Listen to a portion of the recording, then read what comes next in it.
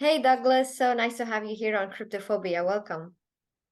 Hi Ines, thank you so much for having me. Let me start with a caveat that if I look distracted, it's only because the dogs in the background are doing naughty things. So Sure, sure.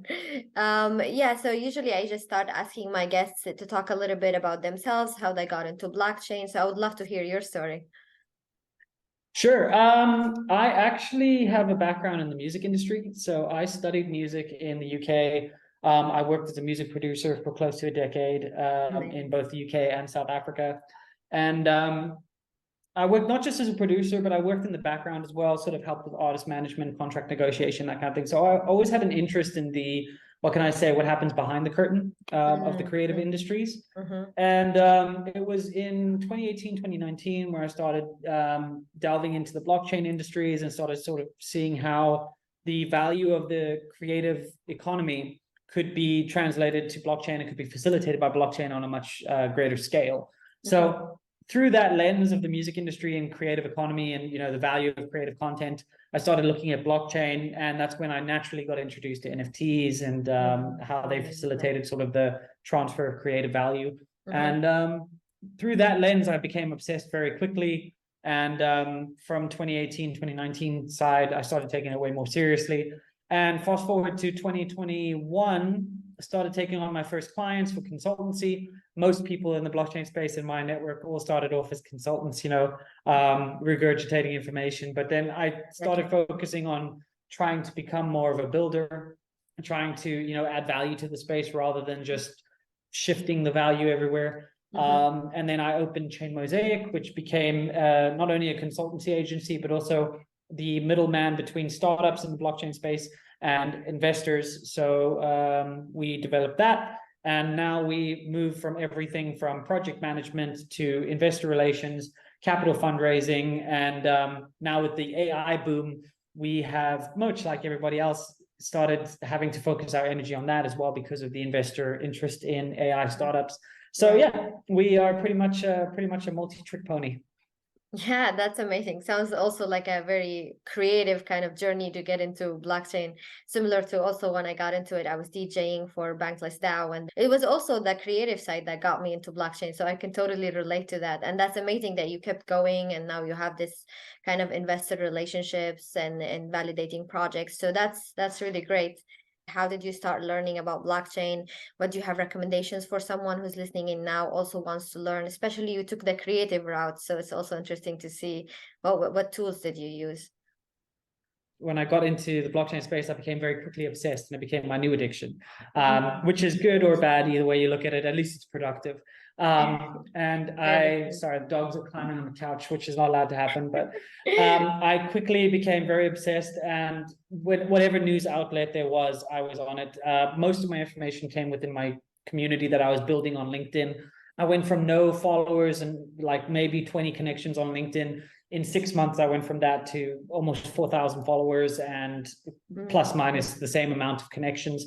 And LinkedIn really became my daily hub of information connection. And really, if I showed you my calendar from early 2020, it was 6 hours a day after my workday had finished of just talking to people in America, Singapore, the UK, the Netherlands, anywhere in Europe. And just having meetings with people and chatting and not really asking for anything, but more just trying to understand what they do and how they do it. Apologies for the dog barking. It's cute. I like it. I hope the listeners also okay, good. cute. Well, I hope everybody sees it as background noise. And can you two calm down? No, they're playing. It's going to continue. I apologize, everyone. But I mainly met with people who were building in the space and spoke to them about how they're building it, why they're building it that way, what they plan to do with it, and all of that kind of information amalgamated to me having a very thorough understanding of where the space is moving, because I was talking to the people who are moving the space. So I went to the source material, really. And from that point onwards, LinkedIn, Twitter, everything is just flooded with blockchain information, AI information, and really you can get all of that information to your doorstep any day. So for me, it's always the most valuable to talk to people who are building rather than talking to the people who are reporting on the building. But the bigger the space gets, the harder that gets to do. So that's kind of where I got all my information in the beginning. But then also the other side of it is I always learn best by doing. So with a good example is the recent AI innovations. Anybody can build an app now. I'm not a tech person. Sorry, excuse me. Anyone can build an app with no coding experience at all. So when I found that out and when I started delving into that, I decided I would build apps. And so far, I've built about 3 or 4 apps. None of them are publicly available yet, but I'm just building with the no-code solutions, just to understand how they work. And now I have a thorough understanding of how to integrate ChatGPT APIs, for example, which is a pretty simple process, but for somebody who's never tried it, might be hard to explain. Yeah, wow, that's really fascinating. Really good information there. So when you started working with the blockchain industry, most of the projects you're working with, was it in a specific area? I focused a lot on NFTs in the beginning of my blockchain sort of ventures, because NFTs really made sense to me. I understood already the reciprocal value of the creative community, how creative content could be transferred and bought and transacted. So NFTs made a lot of sense to me. You could take creative assets of art, music, videos, whatever it is, and you could transfer that value to each other, and you wouldn't have to deal with the middleman taking 99% of it. So for me, that was an easy transition because it was just changing the mechanism of that transfer of value. So I focused on NFTs almost exclusively. And even now, I still, my biggest client is Ultra, and I work with them most of all out of all of my clients. And I'm their NFT marketplace project manager. So even now, NFTs still play a big role in my daily blockchain work. That's great. Yeah, I could also see the NFT value for sure. I think a lot of people think of NFTs as a thing that lacks value. They don't see it as a sort of value in any way. And there are a lot of skepticism when it comes to NFTs, especially relating to speculations and like investing in NFTs. And but you might have examples of projects that actually have value and have impact. So if you bring a few examples there to show that, okay, there is this speculation and investment side of NFTs, but there's this other side also that actually offers value. Most definitely. I think that I hear what you're saying, and I think a lot of the space echoes that, where they believe that NFTs have seen their heyday, they're reducing in value, and there's not really a point to them anymore. And I could not disagree more. Not just my own opinion, but a lot of people in the space who I connect with, people who really build and who have been building from the beginning, they all see the same value I do. And I think what happens is people, the general public, and a lot of people who are very immersed in the space, they compare NFT value now to NFT value 2 years ago or a year ago. And if you do that, it's going to seem like it's going downhill. And in a value way it is, but I think that the space consolidates. And what we see now is the non-bloated version of the NFT market. So all the great projects are still here. They're still generating value. All the exciting new projects are generating value. There's been tons of NFT projects that have been doing a really great job. The projects that didn't have a value proposition in the beginning, but that were just riding the hype, they've fallen away. And in my opinion, that's a good thing. Of course. And I think it's a lot harder now to start an NFT project that has real value at its core, because people are much wiser in how they choose their NFT projects. So this automatic filtering is happening, and it was bound to happen. It's just happening now in front of our eyes. And so I think the value proposition of NFTs is still there. It's just becoming more mature and becoming more refined as to how we apply it. And I think that that's only going to grow. Yeah, I totally agree with that. I did this research paper on social impact blockchain, and NFT donations was like a huge thing. Do you have any experience with that, or you have any thoughts on that kind of use case for NFTs? I do actually. I'll be shameless here and just do a bit of shilling myself, but I'm busy working on 2 NFT projects at the moment. One is with a world-renowned conservation facility in South Africa.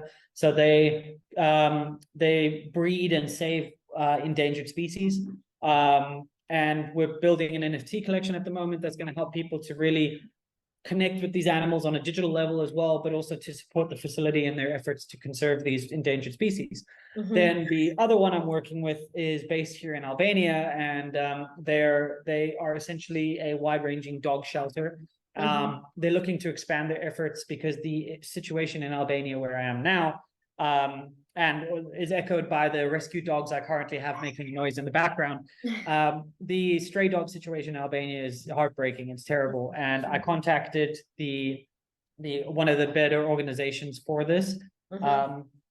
Yeah, they are running around like crazy.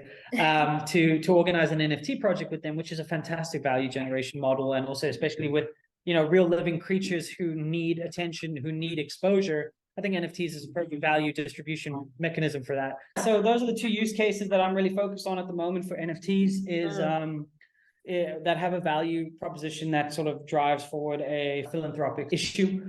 I think that sort of communicates a lot to the wider space. I mean, you see the World Wildlife Federation using AI generated artwork to generate a huge volume of trade as well. And I think that's one very special use case I've always loved about NFTs is they can really connect you and provide utility for community outreach. They can do donations channels and charities. So I really like that use case. Another great use case is gaming.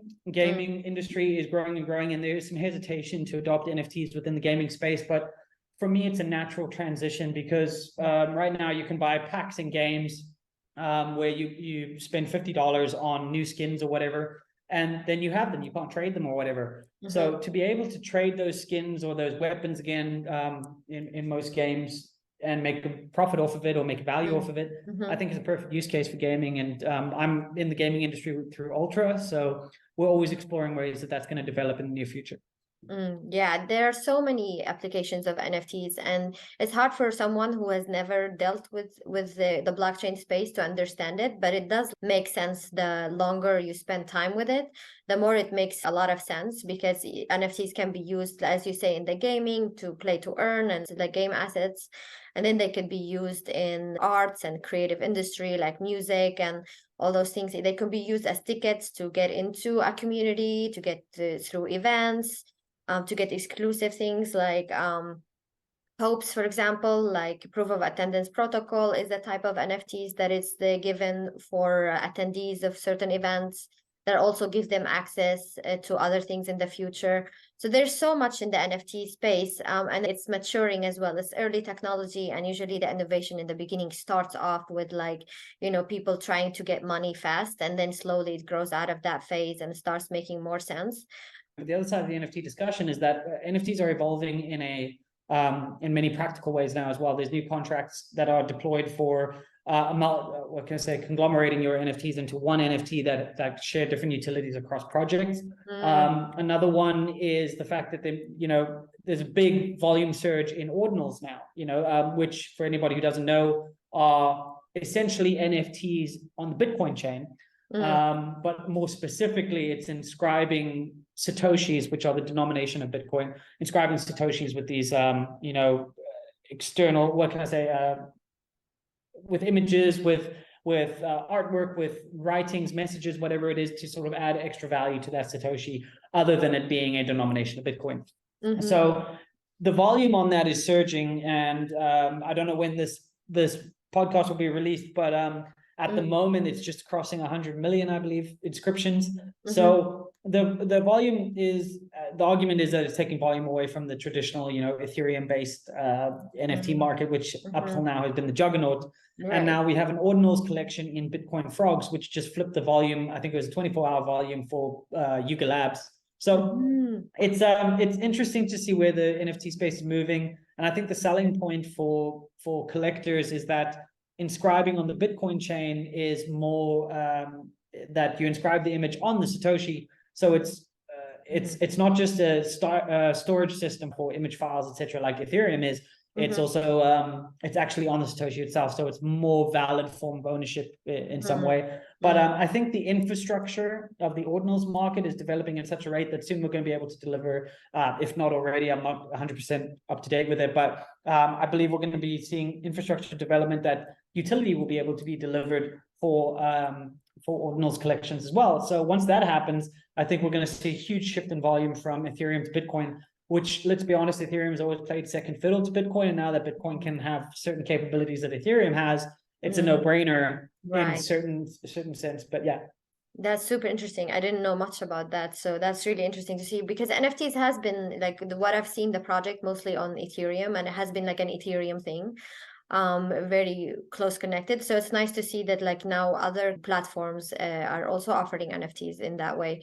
So for a person who doesn't know what an NFT is, there's always this, especially skeptics, they're always like, oh, but I can take a screenshot, it's just an image. And if, for example, you have an image and you haven't yet put it on the blockchain, and you are planning to put it on the blockchain, and then I take that image and I put it on the blockchain, but it's yours, then it's mine, right? Because I am the one who minted it and put it on the blockchain. So there's so much ground for regulations, you could say, but also a lot of scams can happen. So do you have any thoughts about that, and for skeptics who's listening in? So it's such a varied conversation, and it's so wide reaching, but also it's almost impossible to land on. By the time I speak on this tomorrow, there'll be a different regulation surrounding this. So Totally, it's very difficult. It's very difficult to put your thumb down on it, but I'll do my best. So when it comes to NFTs, let's do something very simple. Let's talk about an image NFT, just artwork NFT. Perfect. There's no utility, nothing like that. Just you put a picture on OpenSea and you're charging $50 for it, whatever. Now I take that image and I go create an exact copy of that that NFT. I call it the same thing. I do all of that. Now what an NFT is a smart contract. It's a contract that proves ownership. The file that's attached to that contract is an external file, and the artwork is not necessarily owned by you. Now, this was highlighted in the Bored Ape Yacht Club case against Ryder Ripps, where Ryder Ripps created an entire collection of Bored Ape that was a complete copy, and was trying to sell it as a what can I say? But basically, Ryder Ripps created an entire copy to prove that he could, in a way. And the court essentially ruled that the artwork was not copyright protected, etc., and that there was no real issue with doing that because the name of the collection was different, which was BAYCRR or something like that. And it kind of opened up this whole conversation about what ownership really is in the NFT space. And I think it's important for people to understand that you don't own the artwork outright just because you own the NFT. What it actually means is that it's a digital rights management tool where you can see which wallet, which encrypted wallet owns a certain contract, and that contract happens to store that image. But another example is the Goblin Town NFTs updated their metadata. This was on OpenSea, and I think this has been resolved since then. But on OpenSea, they updated the metadata, so the artwork disappeared. So nobody had the PFP anymore, and it was instead a middle finger. So they have the right to do that because they own all the artwork. So all the holders were sitting there with the contract, but the artwork had been updated. So there's a lot of debate on how it works, who owns the copyright. But there's certain countries like America have a law that once you create a creative piece, you automatically have an ownership over it. It's an automatic copyright sort of allocation. Now, whether that holds up in court or not is different, but there is that automatic sort of copyright allocation for it. And if you can prove that you were the first one to create that, then it's yours. That's a completely different conversation to the digital sphere. So regulation globally has not yet been able to really police or enforce the digital rights management on the internet. So anyone can release a photo, anyone can copy it, anyone can distribute it, anyone can make money off of it. And there are very few cases that have been successful in settling that kind of copyright dispute. It does happen, and it's getting more and more sophisticated, but it's incredibly difficult to enforce. It's the same thing with NFTs, and blockchain technology sort of allows this peer-to-peer sharing. So now there's this whole new level of content management that needs to occur on a legal framework, which is just not there yet. So the European Blockchain Council, there's multiple bodies that are sort of working towards building these things, but they just don't exist yet in an enforceable way. So the short answer of all of this is it's the Wild West out here. Anybody can own anything. Anybody can claim anything. Unless you have the reason. Unless you have the resources like Yuga Labs to actually do a copyright strike, which they've done successfully on multiple copycat collections, you aren't. There's not much remedy to you unless you have those resources. So I'm sure that will refine as time goes by, and I'm sure that it'll become more accessible for people. And we're going to see blockchain also facilitating the development of digital rights management tools, which will allow you to sort of track the artwork on a pixelated level, I'm sure. But right now, we just don't have that publicly accessible. So while it's the Wild West, feel free to do what you want, but just be prepared that, in the near future, you might get hit with a lawsuit. Wow, I learned so much from that answer. Honestly, that was great. And also scary in a way that like you're in an untapped ground and you're doing your best, and then you're like, okay, now I have to be in court. And then there Yeah, are and these don't people. even get me started. Don't even get me started on how AI is affecting the copyright realm now as well, Right. because it's No, get another level of started. it. I want to know. I would Well, love I to know. mean, Mid Journey alone, and the tons of AI art generators now. Mid Journey alone was subject to a class action lawsuit. I'm not familiar with the ins and outs of that lawsuit, but I believe the gist of it was that there are numerous artists that you can reference within a Mid Journey prompt. So a prompt, for anybody who doesn't know, is the text that you put in to generate the artwork. And you can say things like, I want it in the style of Hayao Miyazaki, who's an anime Right. director, Yes. and is famous for his very specific art style. Yeah. And you could do that, and Midjourney would generate an artwork in that very style. So the argument came up is this a copy, or is this emulating that artist? And if it is emulating the artist, should the artist not be subject to, some ownership over that artwork? Right. But then the other side of it is Midjourney sort of takes from art that exists already, and it takes elements from those artists and sort of recreates them and puts them together. So technically, Midjourney is taking elements from that existing artwork, which means it is, copyright Right. subject to copyright.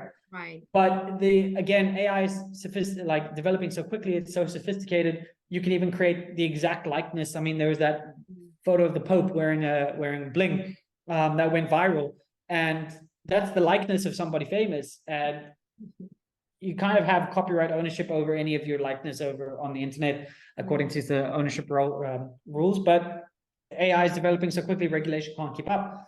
So AI poses an entirely new challenge for regulators. And Sam Altman recently had the hearing with the US Senate, and was very amenable to those regulations being implemented. But I think the lid is popped off, and Yes. again, very similar to the blockchain space, it's the Wild West in AI, and I think it's going to continue to do so until regulators can keep up, which will be quite a while, I think. Yeah, definitely. So when you look now that you have experience with both AI and the blockchain space, if you compare how fast they're moving, would you say AI is moving much faster than blockchain, or how would you compare the two?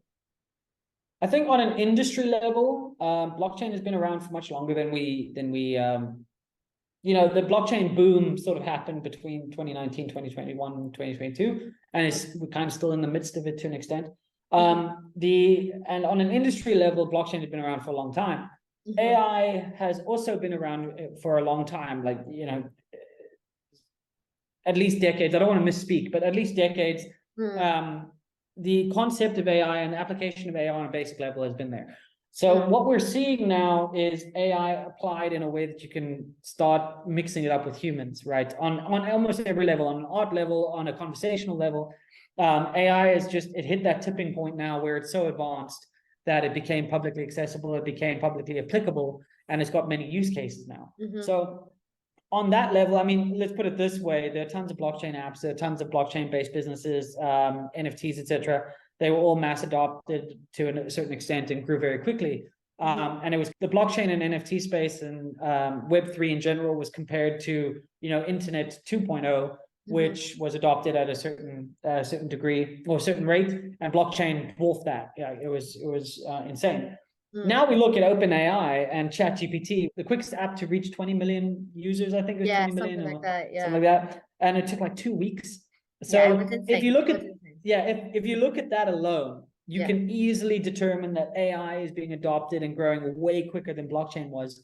But that's on a very surface level sort of analysis. If you really look at how long AI has been around at its core concept, blockchain has been around at its core concept, then there's a lot more, discussion. But I think we're, keep it light and keep it relatable. We're talking about what we hear about, what we see, and online AI is taking over like nothing I've seen. And I was in the blockchain space when the boom happened, and that took off like crazy. And AI is just taking over everything. And I think that's because, in my opinion, AI is a tool, whereas blockchain is a foundation of the tools. So I think AI has a lot more public accessibility. Anyone can use ChatGPT for their daily tasks. Exactly. Not everyone can use blockchain. Yeah.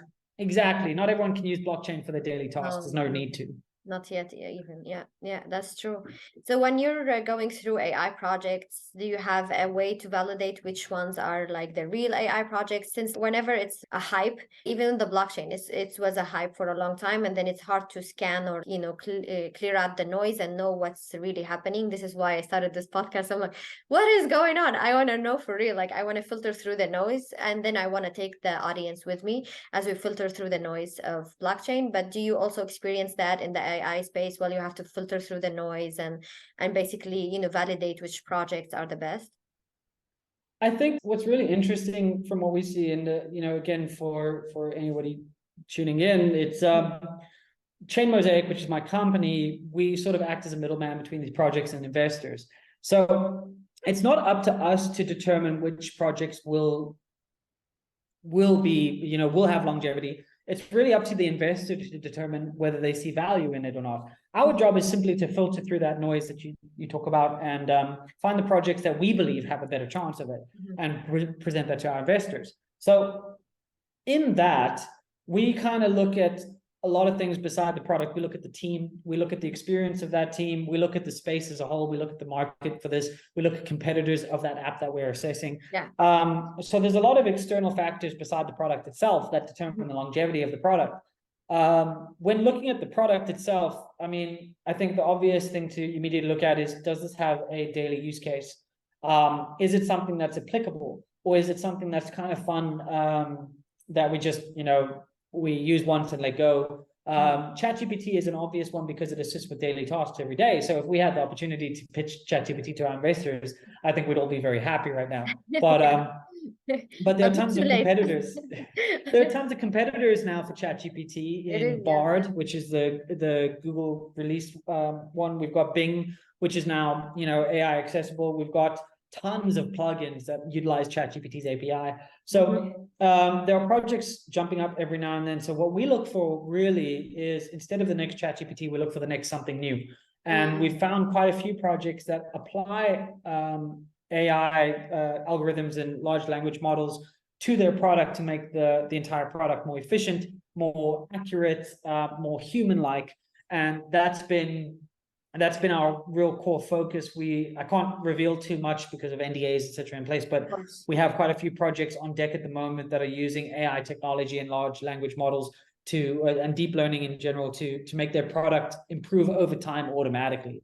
And for investors, that's something really interesting because you're not just getting a base product that needs human involvement to get better and will develop on a slow level. You've got a product that updates in real time according to what the public wanted to do.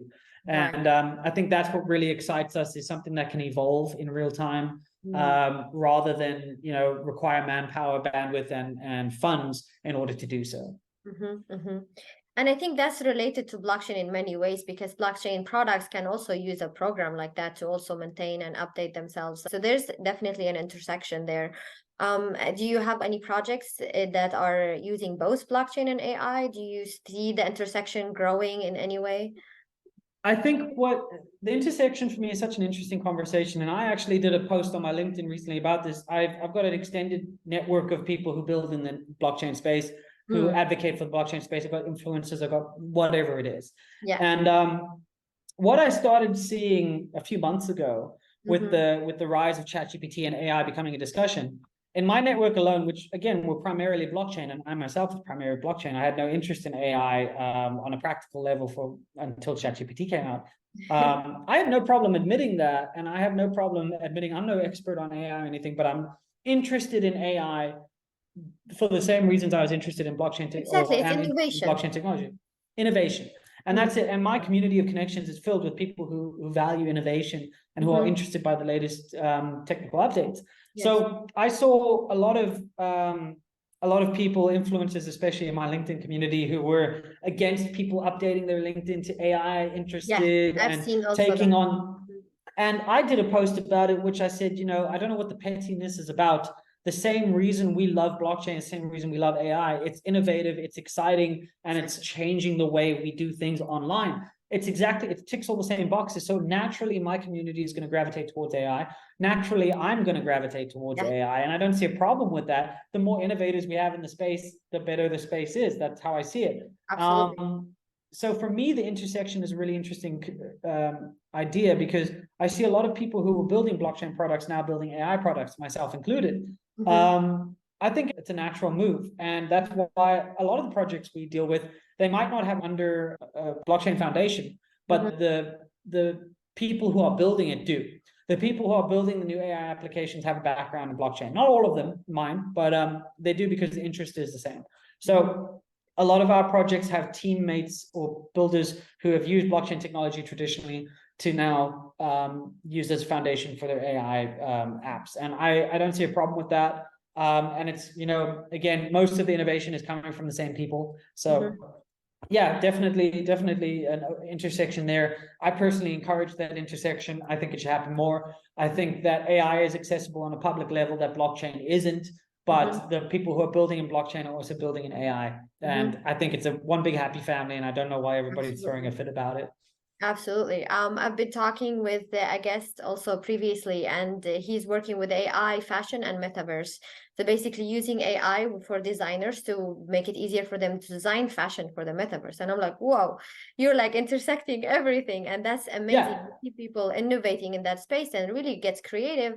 And for us innovators or people who are inside the space, you could see things higher resolution. People who are outside, they don't see as much in depth. Even if you're deep with the blockchain, you could learn from that kind of lens to see AI in a different perspective, to learn from the mistakes that happened in the blockchain space. So that even gives you kind of a push, or makes you able to see AI and work with AI in a way that is more advanced. So I think as an innovator, you actually need to kind of go into different directions, and that's how you learn more and how you bring more value. And then you see more intersections naturally at that point. I think for me, it's the same as when the internet came out. And look, I'm 31, so I wasn't very much of age to use the internet when it came out properly. But it's like getting angry at people for using email when they were already using internet for social hubs or boards or whatever. It doesn't make sense. Like, AI is a natural extension of the latest technology trends. If it's affecting the internet, it's affecting Web3. So I don't know what the issue is, but I'm delving deep into AI because it's interesting, it's exciting, and I'm not letting go of blockchain because of it. I think that's people's worry. I think they think that everybody's jumping on the AI bandwagon, they're dropping their blockchain projects. And if you're doing that, I feel bad for you, because I think that there is an opportunity there to mix the two. But to each their own, I suppose. Yeah. I mean, like now I'm doing the podcast about blockchain, but I also love to talk about AI and talk about a lot of different innovations that are happening in the space.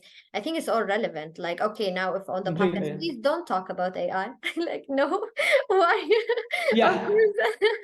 Of course. I think again, I was one of the first people in my mind, at least, to go my LinkedIn bio to add their AI explorer. Now, I'm not going to say AI expert. I do think it's disingenuous when people claim to know more than they do.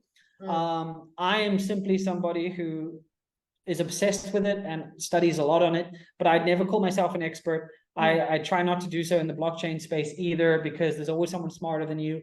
I like to just call myself an enthusiast within the space, and I try and build within it as much as possible. And I think if most people take that approach, it's a lot easier. But yeah, I do agree that there are people in the space who say, I'm an AI expert, and then deliver nothing, you know? Right. And there are people like that. There are people who are basically scam artists, and they're jumping on whatever trend there is, whether it's blockchain, they jump into it, whether it's AI, I don't know what's the next hot thing, they just jump on it. And I understand the frustration. Is like, okay, you seem like, you know, a scam artist, you're jumping around. But like, there is also other people who are curious and are actually, you know, have that interest and passion to jump around and actually learn in depth about these different topics. And these people will have a very interesting perspective, because they can see across different industries. They can see, you know, interdisciplinary kind of perspective, rather than, so you have to be able to also filter through and not generalize, okay, everybody who jumps around from one trend to the next, then he's a scam artist. That's just too simple, too simplified. There are both.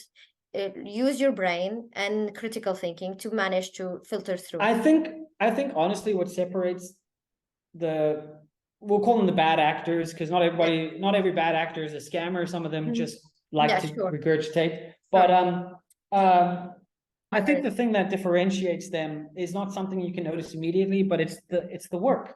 So you can hire 20 different AI scam artists, but when you hire that one who knows what they're doing, you get a good product. And the product is what differentiates them. Now, there's a lot of noise that you have to sift through, but ultimately the bad actors will fall away. Oh, there'll still be some, but overall the bad actors will fall away and the higher quality products will come to the light, because we saw the same thing in the NFT space. A lot of NFT consultants, a lot of NFT professionals who would deliver really terrible products or terrible collections, and they quickly got exposed as people who did exactly that. And the people who build really long-lasting collections are still here. So I think the work differentiates you, and just let the work speak for you. And just, yeah, I agree with you. You need to keep a vigilant eye out. If you're looking on the lookout for somebody who knows what they're talking about, make sure they know what they're talking about.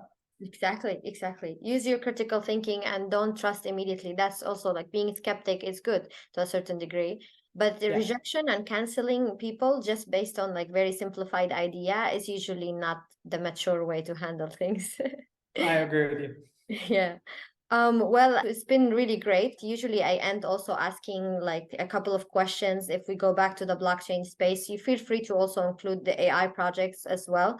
But I want to ask you what you're bullish on and what you're phobic about. I usually try to bring both perspectives. So when it comes to, crypto space or AI space, what are you bullish on and what are you phobic about?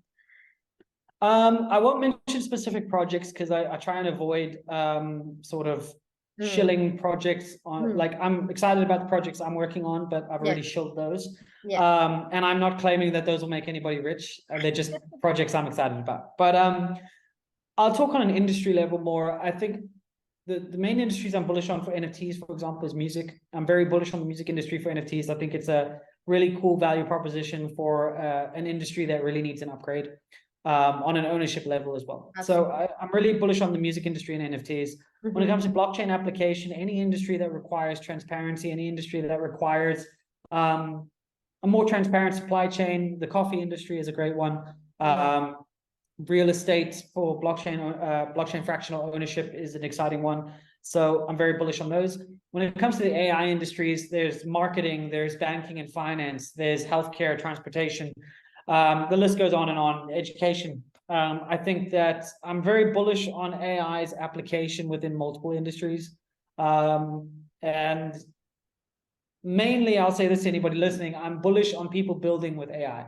So if you have the ability, there's this great meme that goes around online in the AI circles, at least, is that you're not going to lose your job to AI. You're going to lose your job to somebody who uses AI. Exactly.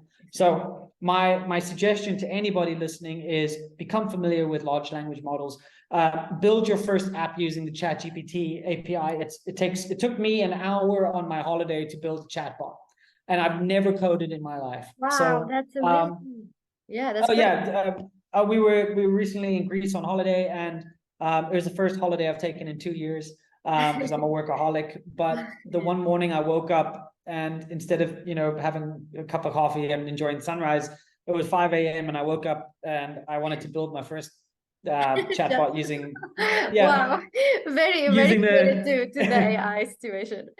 But using the ChatGPT API, I built my first AI chatbot, and I put my own parameters in and my own sort of personality in it. And it took me an hour from not knowing anything about it to knowing something about it and building something. So that's really great. Yeah, in my opinion, there's unless you don't have, if you don't have internet, I understand. If you don't have a device, I understand. There are people who in that situation. Of course. But I think that if you have those resources and you're not learning, you're falling behind. Yeah, I agree. Absolutely.